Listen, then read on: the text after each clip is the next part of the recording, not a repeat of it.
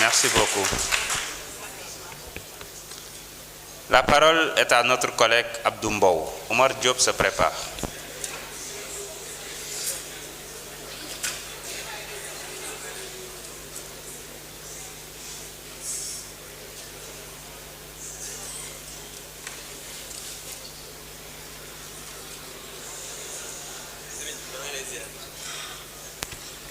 Monsieur le Président, Monsieur le Premier ministre, Madame, Messieurs les membres du gouvernement, ñu ngi leen di baalu àq ci koor gi di leen ñaanal kooru jàmm. Monsieur le Premier ministre, notre pays est secoué depuis quelques jours par une succession de scandales autour d'une transmission de VIH par des personnes dites homosexuelles. Cela a relancé de façon insistante l'engagement que vous aviez pris de criminaliser ce délit. Je rappelle que notre gouvernement avait bien prévenu que cet engagement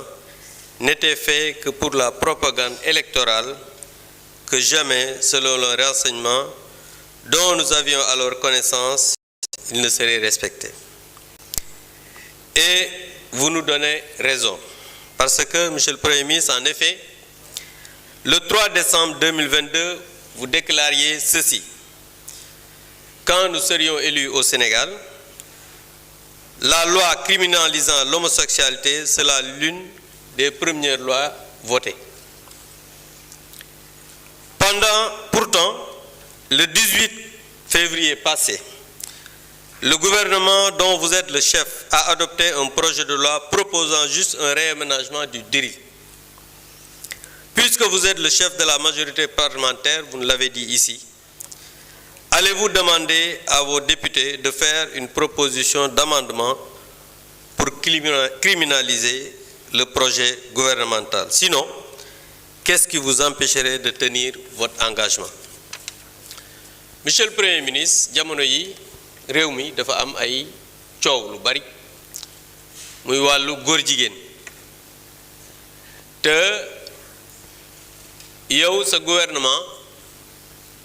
tey jii yow yaay chef du gouvernement ak chef majorité parlementaire waaye le 3 décembre 2022 da nga waxoon ne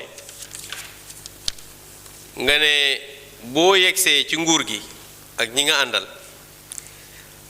loi yi ngeen di njëkk a voté bokk na ci buy criminaliser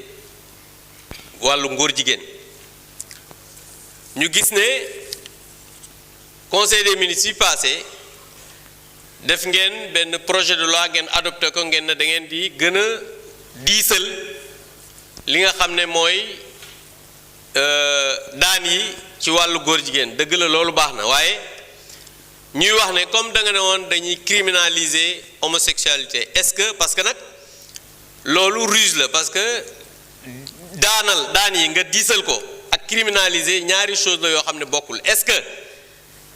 di ngeen respecter engagement bi ngeen xam ne jëloon ngeen ko pour criminaliser homosexualité parce que jàpp nañ ne depuis quelque temps li ñuy gën a mettre en avant moom mooy la transmission du VIH sida ndax loolu gis nañ ne lu garaaw la maanaam parce que nag nit ñoo xam ne dañuy jël doomu jàngoro ju mel ne VIH di ko transmettre de manière volontaire c'est très grave mais gis nañ ne ñi nga xam ne dañ leen a inculpé pour acte contre nature maanaam wàllu góor jigéen dañ leen a bàyyi ñu dem donc dafa mel ne dañuy xeex maladie ba pare bàyyi wàllu góor jigéen donc en tout cas su fekkee ne engagement yi nga xamante ne nii jëloon ngeen ko te ba tey respecté wu leen ko dafa am lu tax respecté wu leen ko ñu bëggoon devant la représentation nationale nga wax ñu exactement